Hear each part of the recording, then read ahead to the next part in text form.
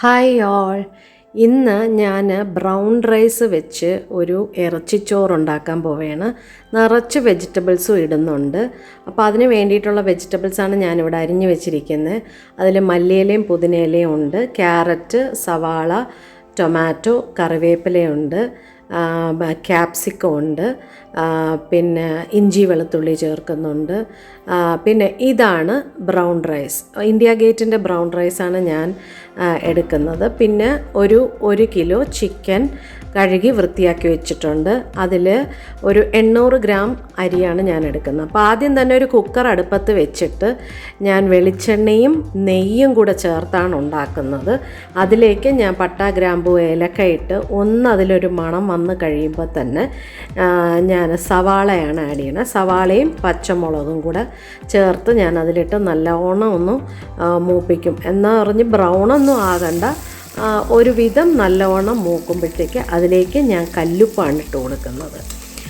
ഞാൻ മിക്ക കറികളിലും കല്ലുപ്പാണ് ഇടുന്നത്. എന്നിട്ട് പിന്നെ അതിലേക്ക് ചേർക്കുന്നതാണ് ഇഞ്ചിയും വെളുത്തുള്ളിയും ചതച്ച് വെച്ചിരിക്കുന്നത്. ഈ ചതച്ച് വെക്കുമ്പോൾ അപ്പം നമ്മൾ ചതച്ച് വെക്കുന്നതാണ് ടേസ്റ്റ്. ഇതിലേക്ക് ക്യാപ്സിക്കം, പൊട്ടറ്റോ, ക്യാരറ്റ്, ബീൻസ് ഇതെല്ലാം ഇട്ട് ഇളക്കും.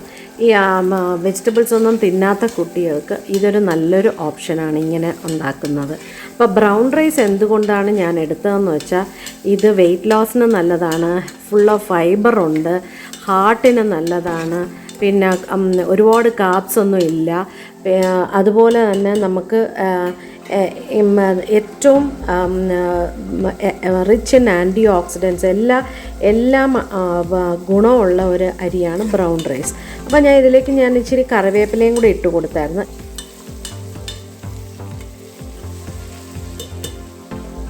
അപ്പോൾ ഇതിനിടയ്ക്ക് തന്നെ ഞാൻ ഒരു 800 ഗ്രാം ബ്രൗൺ റൈസ് എടുത്ത് കഴുകി നല്ലോണം വാലാൻ വെച്ചു. അപ്പോൾ ഈ പച്ചക്കറിയൊക്കെ ഒന്ന് മൂത്ത് കഴിയുമ്പോൾ തന്നെ അതിൽ കുറച്ച് മുളക് പൊടിയും മഞ്ഞൾപ്പൊടിയും കൂടെ ഞാൻ ചേർത്തതിന് ശേഷം ചിക്കൻ ഇട്ട് നല്ലോണം ഇളക്കി കൊടുത്തു.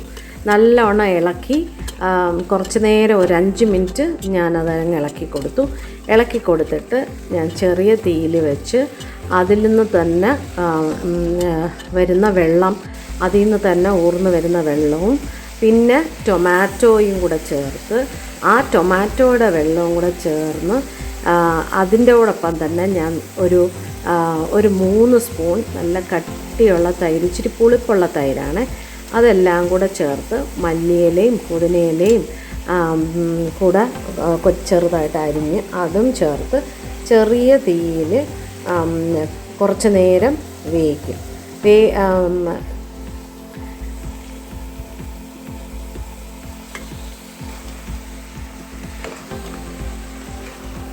അതിന് ശേഷം ഞാൻ കുറച്ച് കുരുമുളക് പൊടിയും കൂടെ ചേർത്തായിരുന്നു.